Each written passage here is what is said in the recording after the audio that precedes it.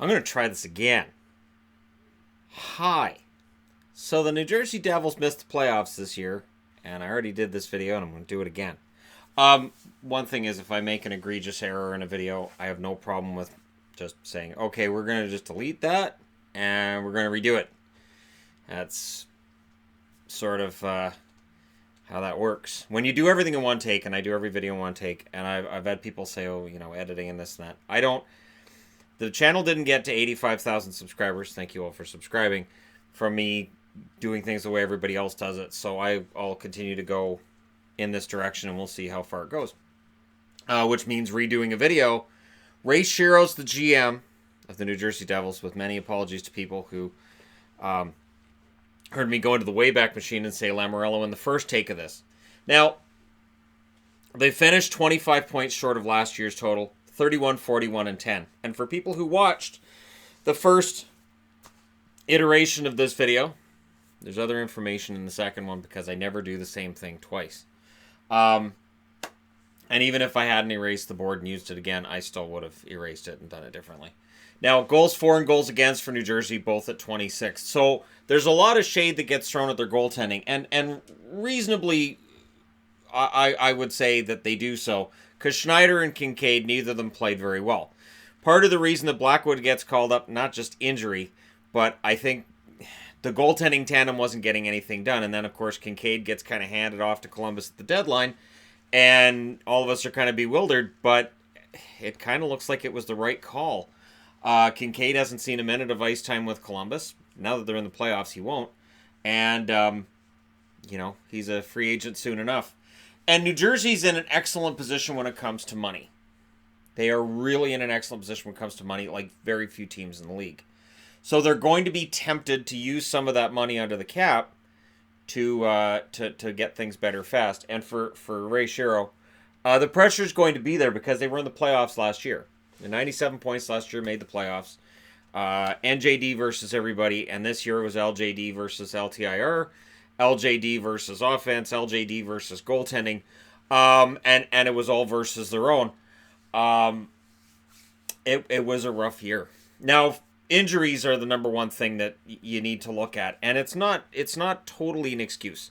Now, on some level, injuries can be an excuse, and I don't like it when somebody says, "Yeah, we missed the playoffs by 40 points, but we had that couple of defensemen that got hurt. Yeah, that's probably what cost us 40 points." No, Norm Macdonald, that's not what cost you 40 points.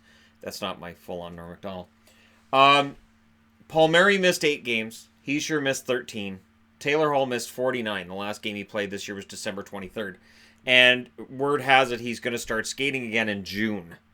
So all of these talks about, well, when's he coming back? Is he coming back soon? It was all BS. Absolute BS from a team that likely knew he wasn't playing again this year. Probably knew that early, too. Bratt missed 31 games. Zaka missed 21, which we can talk about how he hasn't taken that next step forward, but when you're getting hurt like that, it's kind of hard to take that next step offensively. Wood lost 19 games this year. Miles Wood is a huge part of that forward group, a lot of character there.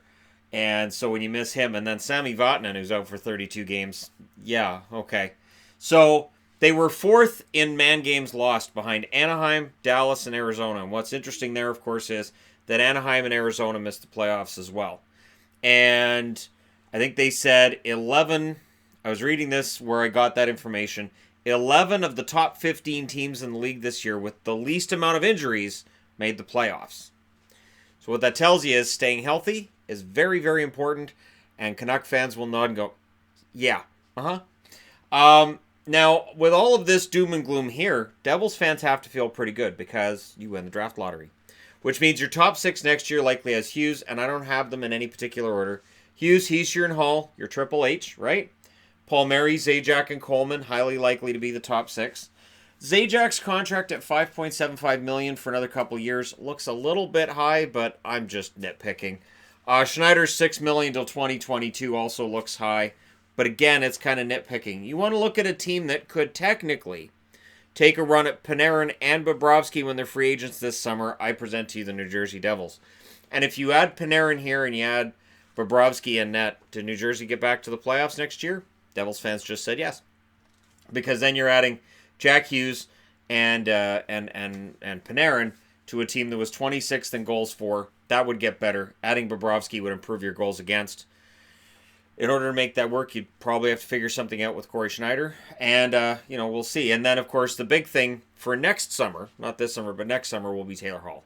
Taylor Hall, a unrestricted free agent in 2020. He, of course, is the good luck charm when it comes to the draft lotteries.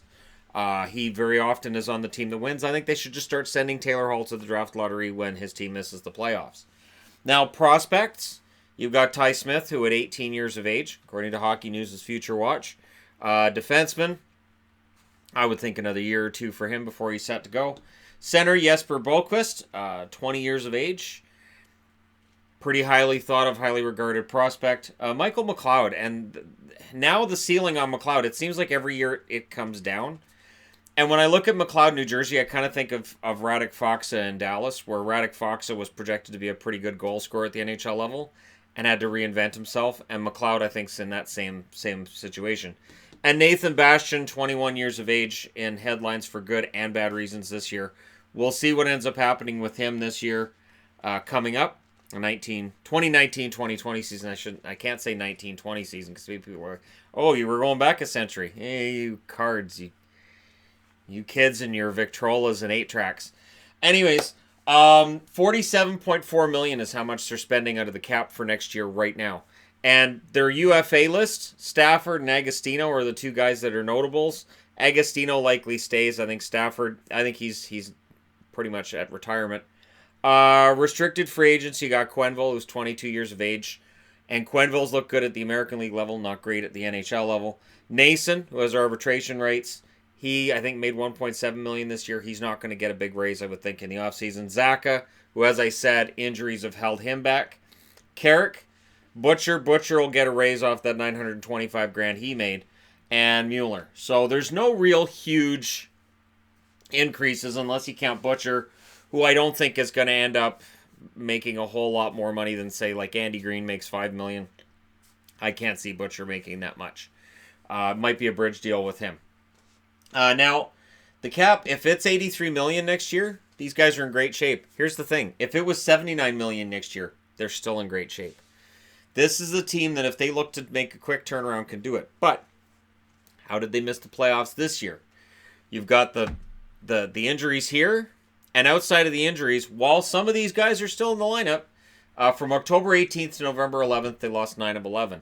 Now, this was after winning their first 4 games. They were 4-0, and they looked really good with those 4 wins. Kincaid looked fantastic.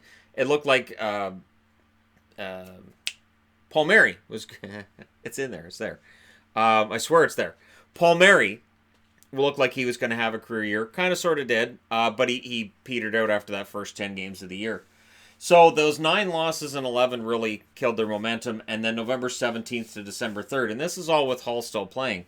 They lost 8 out of 9, and then it turned into 12 out of 15. So by the time you hit January and you can say Hull's out of the lineup, that hurts. They lost 4 out of 5 from January 2nd till 10th. January 15th till February 9th, they lost 7 out of 9. And then when they were done and out of it, February 27th till March 12th, they lost 7 in a row, and that became a loss of 10 out of 12, I should say. It was just huge losing streaks for them.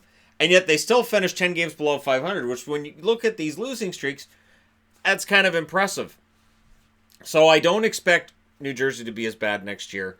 And I think between cap space, adding the number 1 draft pick, and if you can get some good health to some of these players, it could be a huge bounce back for the New Jersey Devils next year. But I think we're in a situation where next year's predictions could be really, really difficult to make. This year was a really wildly unpredictable season when it came to the regular season, and now the postseason's been the same.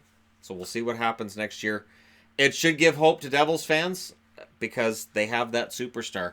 And that top 6, or, if 5 of these guys end up being in the top 6 and they move somebody else in there, this is a pretty solid team.